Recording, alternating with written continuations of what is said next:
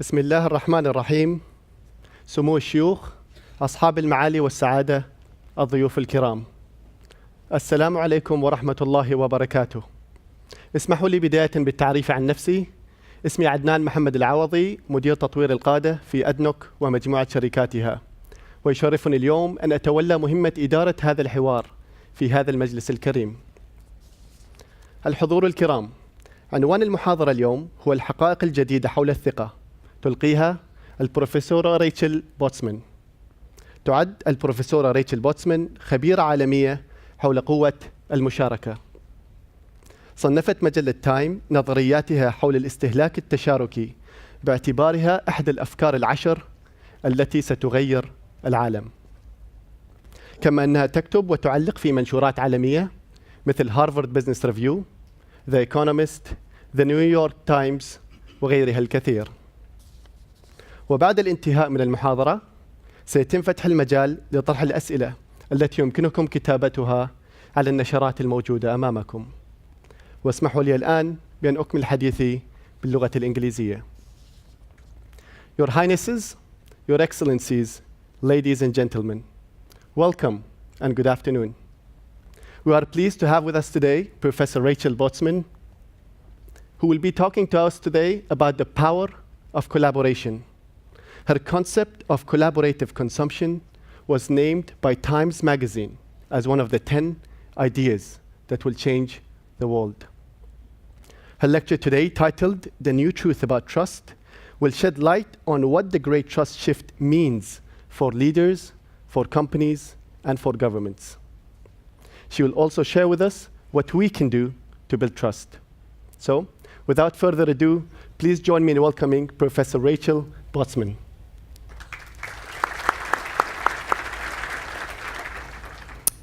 Thank you. Thank you for your kind introduction. Your Highnesses, Your Excellencies, special distinguished guests, thank you for inviting me here to speak to you about my ideas and research around what is happening to trust in society today.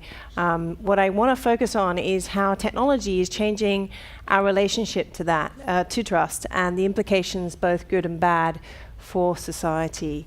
I thought I would start by sharing a story with you. I am a parent of 2 young children, so their trust in technology, their increasing trust in technology, is a subject that I care a lot about. This is my daughter, Grace. She is 3.5 years old. She is quite a character, as you can see from this photograph. And Grace has a very natural relationship to technology. So a couple of months ago, I tried an experiment with her where I introduced her to Alexa. Now, I'm not sure how many of you have Alexa, but Alexa is also known as the Amazon Echo, where you can ask Alexa for all kinds of things and you can order things through Alexa. So I said to Grace, I said, I'd like you to introduce you to Alexa. And she turned around to me and said, is she like Siri? And I thought this was quite amazing because she's 3.5. And I said, well, you know, she is like Siri, but she's a little bit smarter. Well, on the first day, maybe it's because she's half British, she asked Alexa about the weather all day. So we knew it wasn't going to rain. And then she figured out Alexa could play her favorite music. So she asked her to play songs from the film Frozen and sing. On the second day, she figured out she could order things from this device. And it's lucky that she loves blueberries because she ordered a lot of blueberries from Alexa that arrived the next day. But it was on the third day, I think something very significant happened, where she came down the stairs, and usually she says good morning to me, to her brother Jack, and to my husband. But this morning she said, good morning, Alexa. What should I do today? And then she stood in front of the device, and she asked Alexa what she should wear. Now, she didn't know that the next generation of Alexa has already shipped, which includes a camera. So Alexa doesn't just hear you anymore, she sees you. And you stand in front of Alexa, and using something called a style check algorithm, it makes a decision as to what she should wear. Now, this was a very small experiment, but it brought to life something that I think is quite profound and what is, I think, one of the biggest issues that we face to get right over the next decade. And that is how increasingly we are outsourcing our trust to algorithms. And this becomes a very complicated question because technology is in fact accelerating and making it easier to trust all kinds of people. And so one of the things that we see happening in society is our relationship to technology is changing. So at the moment, my trust in technology, so my trust, say, in this like clicker or the washing machine or an ATM machine, is that it's reliable, that it's predictable, that it does what it says it's going to do. But there's a whole generation coming up where their relationship to technology won't be that it does something, but it decides something for them. And so I think the question is not whether trust is in crisis in society, but whether we will give our trust away too easily. So this brings me to the question that I would like to discuss with you today, which is how will technology transform the way we trust? Will it make us smarter about who we decide to trust, or is it encouraging us to place our trust in the wrong people and the wrong places? Now, the reason why I think this is a really important question to ask is because if you look at the research, so whether that's Gallup or Pew or Ipsos or Enderman or Reuters, they're all doing these studies on what is happening to trust in society. And the surveys are all saying the same thing, which is that trust in major institutions, the very fabric of society, so banks, media, charities, government, and even religious organizations, is at an all-time historic low. And one of the things that I found interesting was to try and understand why was this happening? Why were we seeing this public decline in trust in these institutions at this time in history? And the interesting thing is, regardless of whether it was a bank or a big business, the same three reasons kept coming out through the research. So those three reasons are, firstly, lack of accountability. And this really is the root of mistrust that we see in many large organizations. Now, it's really easy to see why. When you look back, even over the last decade, we've had many trust breaches. So the Volkswagen Dieselgate scandal, the Panama Papers, News Corp's phone hacking. And essentially, the problem is that the public say, why is it that the elite and powerful seem to get to play by different rules when they are charged for minor transgressions? Perhaps probably the biggest, most significant dent to trust came after the great financial crisis when only one person went to jail. One of the captains of finance went to jail. And this really is the enemy of trust, because a lack of trust basically amounts to an erosion of faith in a system. And we start to lose confidence in the system. We begin to fear what else can go wrong. So it's really important when people are seen to breach trust that they are held accountable. The second reason, which I find fascinating, is what I call the inversion of influence, or what some other academics, say Christopher Hayes, calls the twilight of the elites. And this is rather worrying in some ways, that in many societies what we see is where influence used to flow top down, so it used to come from academics and experts and scientists and economists. We're now seeing that people say that they trust the person on the bus, say, more than they trust a so-called expert. Now, it's kind of easy to see why this is happening, because experts in the public sphere have made a lot of mistakes over the last decade or so. One of my favorite stories around this was there was a visit by the Queen of England, Your Royal Highness, and she went to the London School of Economics after the financial crisis, and the economists were giving her all these reasons as to what was going on, and these are her exact words. She said, you know, if these things were so large, how come everybody missed it? Now, Andy Haldane, who is chairman of the Bank of England, I was lucky enough to do a debate with him last week, and he calls these moments where experts get it wrong, Michael Fish moments. And I think this is a really nice way of thinking about it, and what he's referring to is this is the British weatherman Michael Fish. And in the 1980s, I don't know if you remember, but there was a very large hurricane in Britain. And he famously went on the television the day before, and he said, don't worry, there isn't a hurricane on the way, it's just going to be windy in Spain. And a couple of hours later, unfortunately, there was a major hurricane where more than 80 people died. The problem today is experts have been making mistakes through the history of time. It's just that when they make a mistake, it goes viral extremely fast. And the third reason, which I'm going to talk a little bit more about, is this idea of echo chambers and fake news. So what's happening is that in the online world, it's very good at sorting us into neighborhoods. The problem is it often sorts us into neighborhoods where we hear similar views, where we hear views that amplify our fears, where they confirm what we want to hear. And so we don't always hear differences of opinion. And what this does is it amplifies this cycle of fear, it amplifies this cycle of anger, and it further erodes our trust in institutions. So we keep hearing this narrative that institutional trust is in crisis, but I don't think this is true. What is true is that institutional trust that used to operate behind closed doors wasn't designed for the digital age. But I don't think trust is in a state of crisis. An easier way to think about trust is to think of it like energy. So many of you know that energy cannot be destroyed in the world. What happens is that energy changes form from one form to another. And this is what is happening to trust. So trust that used to flow upwards to referees and authorities and regulators is now flowing sideways to individuals and machines through networks, platforms, and marketplaces. So when you look at so many patterns of change happening in the world, whether they be technological or political or sociological, they can actually be explained through this evolution of trust. So what's happening is that trust has only changed form in history in 3 distinct chapters. The first chapter was local, and this was very easy to understand. It's when people lived in communities and villages, and everybody knew everybody else. And for the most part, trust was reputation-based. Now, when people started to move to large cities, when we wanted to have international trade, this type of trust wasn't scalable. So we invented institutional trust. And institutional trust came with real estate agents and lawyers and risk mechanisms such as insurance.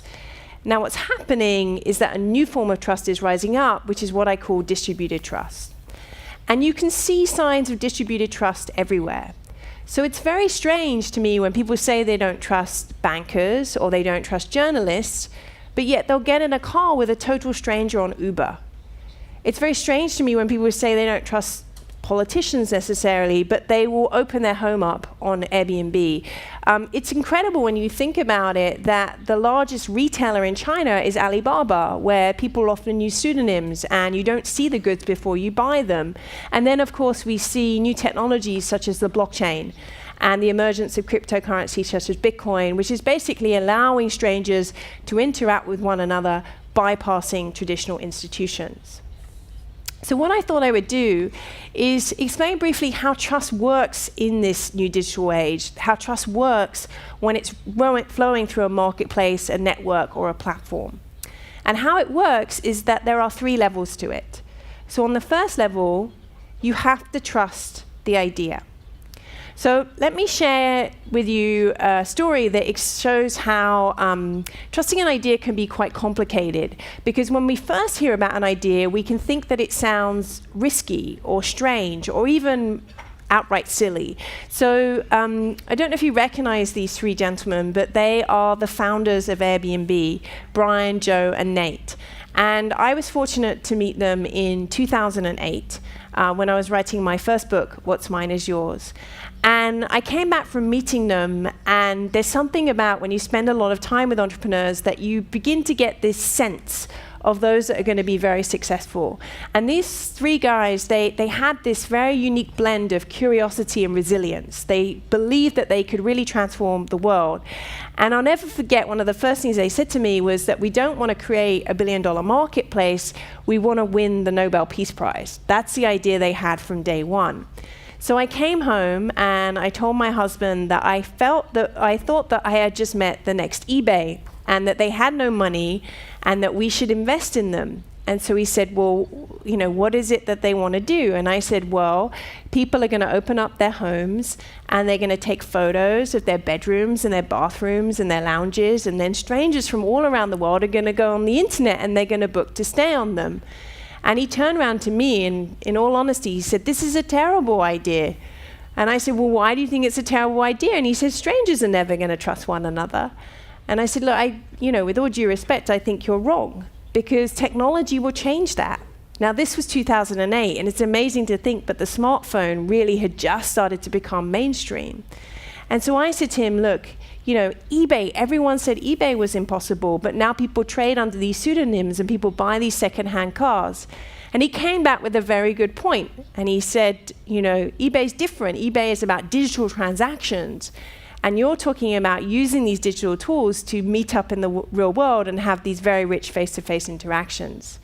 Now, if any of you have used Airbnb, I'm not sure if the Palace is on Airbnb, I would doubt it, but if you have used Airbnb, you'll know that it's not just a marketplace for, number 10 Downing Street was on Airbnb, so anyway, but it's not just a marketplace for holiday homes and spare bedrooms. You can also find tree houses, you can stay in an aquarium, you can stay in an igloo.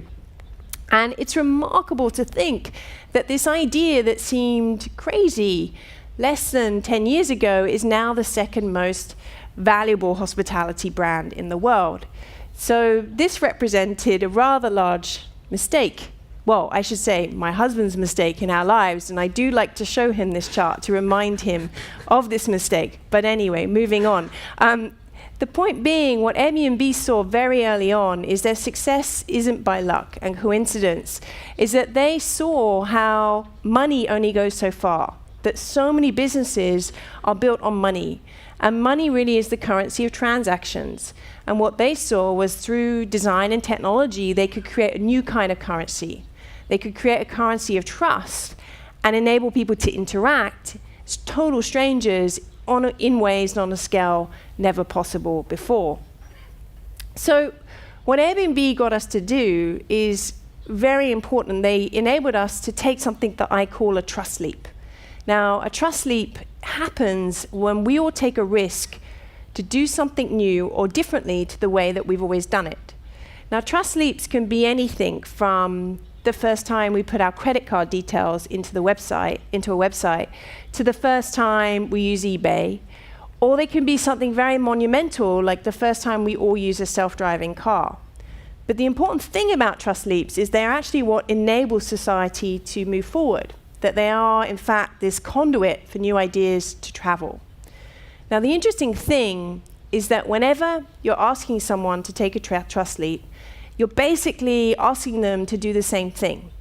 It works in the same way. So whenever you're asking someone to trust you, and that person is a total stranger, if you're asking them to try a new product, if you're asking them to try a new idea, you have these two states, these two variables.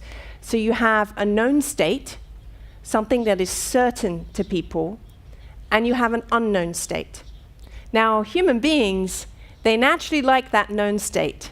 They like that place of certainty. And this line between this known and the unknown is what we call risk.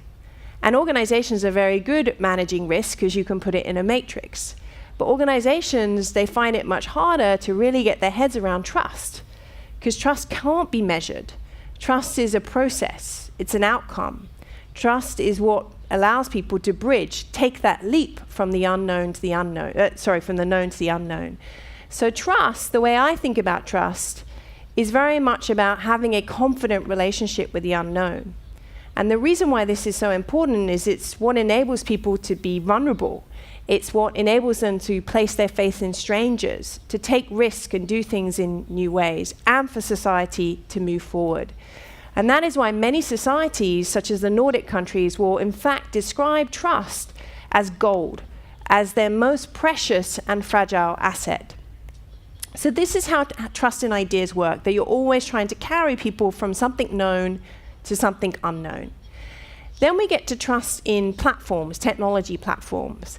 And this is where it gets complicated. This is where these new questions are coming up that we've never had to address before in society and business. So let me give an example with you, because I know it's topical here, this issue around fake news. So during the last presidential election, I was very struck by the stories that kept appearing at the top of my Facebook feed. And I remember this one in particular because it sat side by side with a friend's pictures of a newborn baby.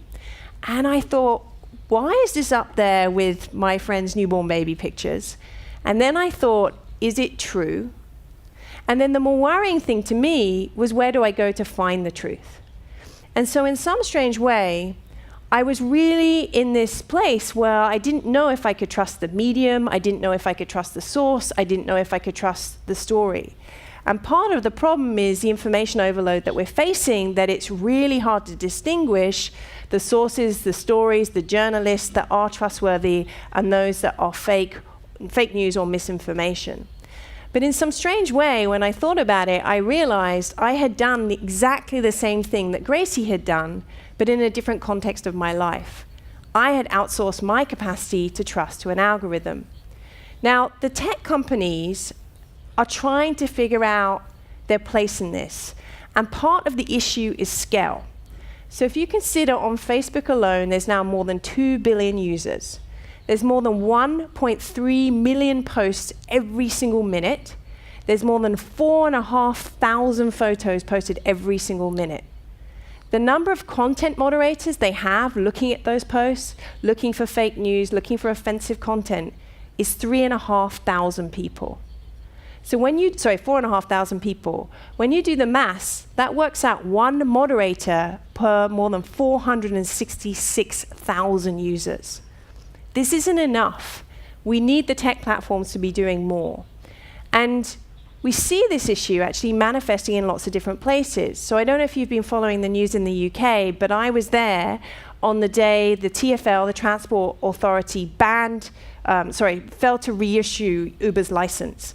And the really interesting thing that the TfL was saying was not that they were against ride sharing, not that they were against this idea of connecting drivers and passengers through technology, but they were telling the company that they had to behave in a more responsible way. So I think this is a really new era of regulation and accountability, where governments play a really important role, where we need to be asking ourselves now, not just about traditional corporate responsibility, but tech accountability. What is the role of these platforms? Because they're no longer just these neutral pathways that connect a host and a guest or connect two users that want to share content. They have to be accountable for what happens on that platform.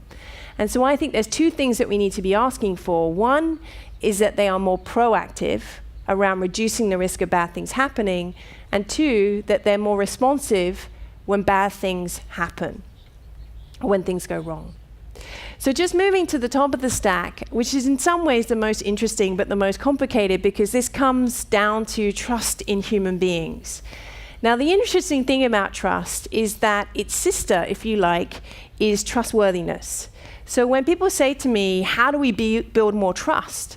It isn't the right question to ask. What we need to build is more trustworthiness. You could have, say, more trust in people like Bernie Madoff, and that wouldn't be a good thing. What we want to do is direct people to companies and other individuals that are in fact trustworthy. Now, the good news is that there is a science behind trustworthiness. There is deep research done in terms of what makes another human being trustworthy. And it comes down to 4 traits. Now, I should say that these traits are contextual. So there's a different alchemy depending on the situation.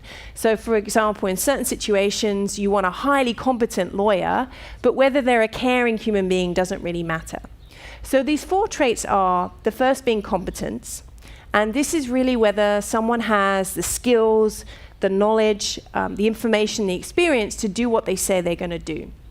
The second is reliability, and this really comes down to being dependable and being responsive. The third is integrity. Now, in my opinion, this one is the most important when it comes to enduring trust. This is where many leaders and organizations get it wrong. And this is about feeling like your intentions are aligned, that you're on my side. And then the 4th trait is about benevolence, that human being genuinely cares.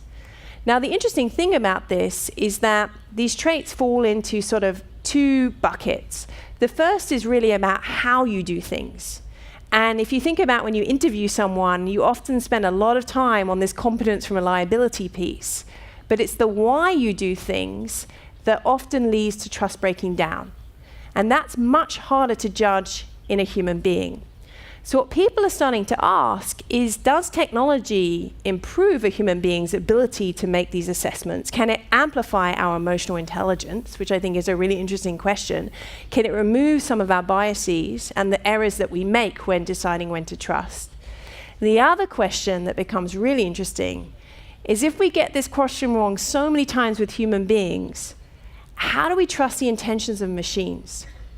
You know, going back to my story at the beginning, how does Grace trust the black box algorithm that is built into the speaker of Alexa? How does she know that her advice is just not based on a commercial agenda? So one of the challenges that we're facing when it comes to trust is to find, in all different areas of our lives, in areas of government, in media, in banking, this right blend, this right balance between computational efficiency and human judgment. Because the irony is that we're living in this accelerated age of trust, and efficiency can be the enemy of trust. It takes time. It needs a little bit of friction. It needs people to slow down. So what we need to be doing is asking people to actually take a pause before they swipe, before they click, before they accept, to actually ask whether this thing or this person or this company is in fact worthy of their trust. And I think if that's the goal, both from companies and us as individuals, in some small way, every time we exercise that power, we are trying to preserve society's most precious and fragile asset. Thank you very much.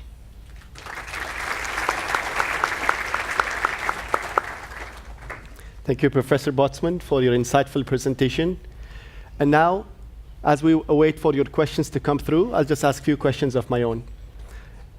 One of the things that you mentioned is that it takes time to build trust. So the common saying that trust takes years to build and seconds to destroy. What's your input into that? So I agree with that. I think the interesting thing, though, is that we're seeing this new phenomenon where in many different areas of our lives, we're seeing that convenience can trump trust.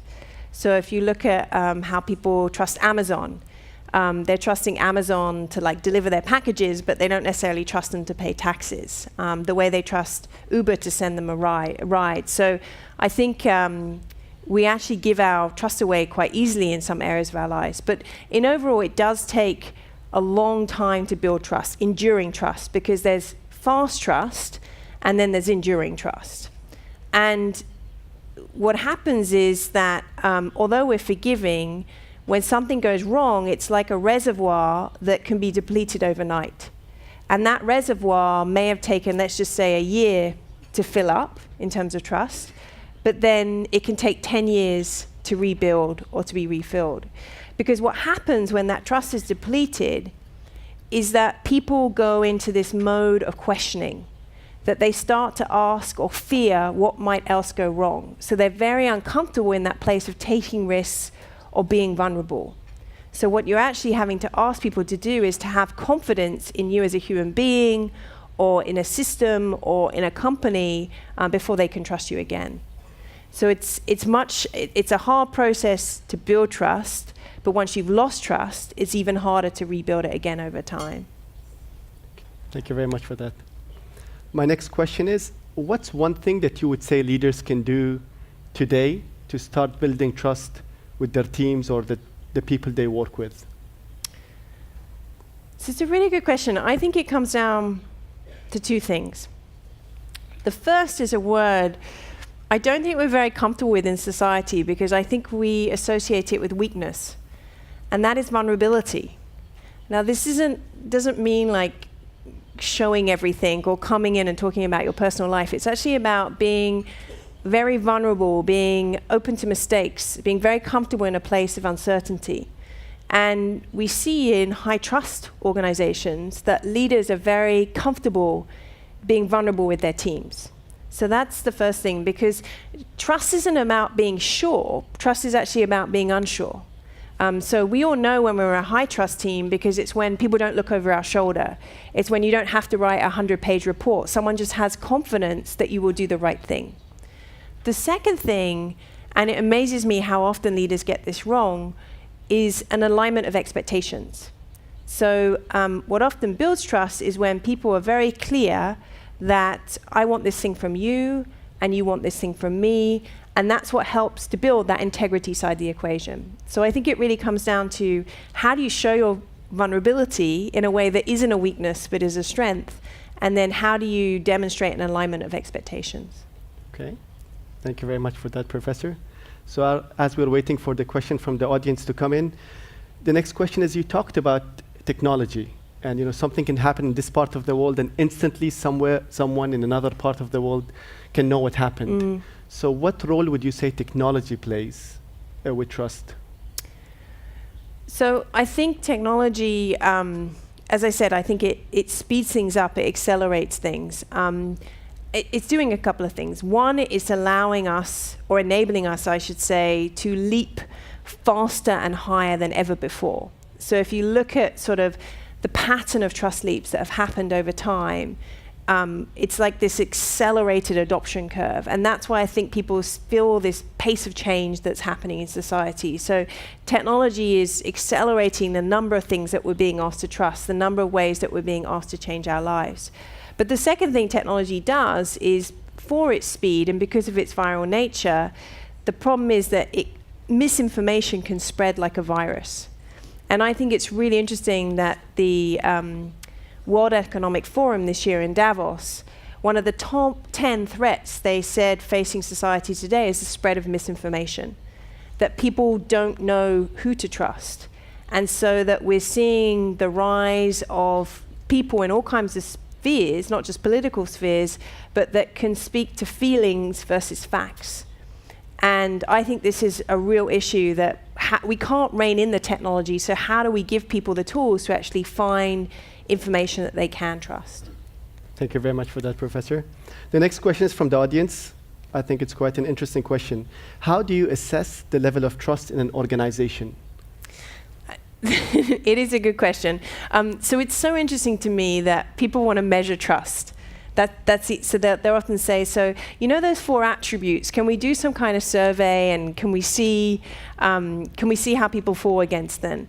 And that really isn't the way to do it.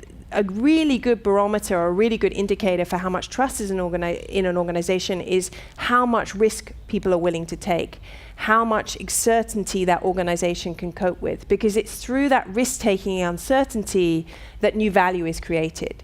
So if you go into very innovative companies like Netflix or Pixar, they are very high trust environments, but you talk to teams and they don't know what another team is doing. They're not certain about the success of a film or a project. So they're very, very comfortable swimming in that place of risk and uncertainty. So one way to look at it is I always say to organizations, how many of your activities fall on the known side of the equation? So how many things are you doing that feel very familiar? And if you're in that space, that's fine, but you're often in a low trust environment that's only going to lead to incremental change. Whereas high trust companies, they have this really interesting balance between familiarity and novel things, that their people are comfortable playing in this space of the unknown. One of the points you mentioned, Professor, is a lot of the companies are innovating. And is there a link between trust and innovation? 100%. I mean, I think this is one of the things that we often don't talk enough about, that low trust teams really struggle with creative in organization, because at the heart of innovation is taking risks. The heart of innovation is that exploring that unknown space. So you need trust. You need people to feel like they can be vulnerable and fail for innovation to happen. And if you want to take this outside into community, so the next question from an audience is, what kind of awareness programs on trustworthiness should be given to local communities, to children, to government entities? So it's such an interesting question. I mean, I don't think you'll ever talk. I mean, the beautiful thing about human beings, and it's very important, is that we're naturally trustworthy. But I think it was interesting. I was talking to some of your colleagues earlier, and they were talking about the moral education that's starting to go into schools. And I think this is something that children need to think about very early on, is their own self-reflection on what makes them trustworthy. And how do they not perform, but how do they even think about those 4 traits? I mean, I find it really interesting that it wasn't until I got to university that someone even spoke to me about the importance of trust and reputation. That you learn all these hard skills in school, but no one teaches you this. So I think that's the first thing. And then I think the second thing is digital ethics, that we need to be introducing digital ethics into schools. So schools now, they have very good programs around coding and other technology programs, but no one's doing digital ethics. And what I mean by that is everything from, at Stanford, for example, they're figuring out how could you teach children to be able to assess fake news from real news. You know, and this, I see this because I'm privileged to teach at Oxford, and some of my students actually use Wikipedia as a source. Like, Wikipedia is not a source, and they've managed to get to being a graduate student at Oxford University and never been trained around this stuff. So I think digital ethics is really important. And then I think also it should be taught around design. You know, the next generation, they're the ones designing these products. So how can we teach them to ask ethical questions about what this code should do? Because it's not what this technology could do, it's what it should do that we need to be training our children to be thinking about. Okay. The next question, Professor, is we have so many notions about trust. What are some of the misconceptions about trust? So I think many. So I think the first is that trust is like a value. It's an attribute, and that if you have a really good communications campaign, you can build trust. I'm not bashing the banks, but they are often guilty of this, because I went through all these advertising campaigns to try to find the industry with the most slogans that said, "Trust me." Now, as soon as you say, "Trust me," you run the other way, right? You have the opposite reaction. And so this idea that you can build trust through a communications or advertising campaign, I think is a misconception. Of course, communication and words are very important. The second, and I think this is a real problem, is that often people say to me, well, transparency is the answer. We need everything to be transparent. You know, we know the inner workings of government, and the blockchain is going to solve all of this because it's a transparent public ledger. And there is an element to truth to this, but if you're asking for things to be transparent, you've kind of given up on trust. Transparency and trust are not brother and sister. You know, if you need complete transparency, you're actually in a very low trust environment. It's like I have a friend, and she has a teenage child, and she said, oh, I have such an open, trusting relationship, but the child has to text her wherever she is. She reads the child's messages on Facebook. She reads the child's emails. Now, that might be a transparent relationship, but that's a low trust relationship. So I think this is a real issue, that we tend to think about transparency and trust when you've actually given up on trust, when you need things to be transparent. Thank you very much for that clarification. And my last question for today is, what would you say is the relationship between trust and taking risks? Trust and taking risks? Yes. Yeah, so trust and risk are brother and sister. If trust and transparency are not brother and sister, trust and risk are brother and sister, because you cannot take a risk without trust. You cannot. You think about, you know, anything that you do in your own life. It could be a very small risk, like trying a new restaurant or going to a new country. They will require, or getting on an airplane, whatever it is, they require some degree of trust. But I think in many organizations, they think if they've got risk management right, the trust piece will happen. And the interesting thing about trust is that one of the ways that you can actually build trust is to make the familiar feel unknown to people. So just to give you a quick anecdote, because it's a good metaphor to end on, sushi. There's this wonderful story around sushi. So when sushi was first introduced into the United States in the 1960s, people rejected it as a cuisine. So I'm not eating raw fish. And then this chef in LA, he had this ingenious idea of taking the seaweed and putting it on the inside, and putting rice on the outside, and adding avocado to the role, so that you could see ingredients that were familiar to you. And this became known as the California role. And I think this is a really good example of the way you can build trust into something new, because people don't want something entirely different. They want the familiar done differently. They want things to feel strangely familiar. Thank you very much for sharing your insight with us today, Professor. Thank you. الحضور الكرام، إلى هنا نأتي إلى ختام المحاضرة اليوم. نشكر الدكتورة ريتشل بوتسمان على تقديمها الشيق والذي سلط الضوء على قوة المشاركة وأهميتها بالنسبة للقادة والشركات والحكومات. ونوجه جزيل الشكر إلى صاحب المجلس على استضافته الكريمة لنا، كما نشكر الحضور على مشاركتهم الفعالة. والسلام عليكم ورحمة الله وبركاته.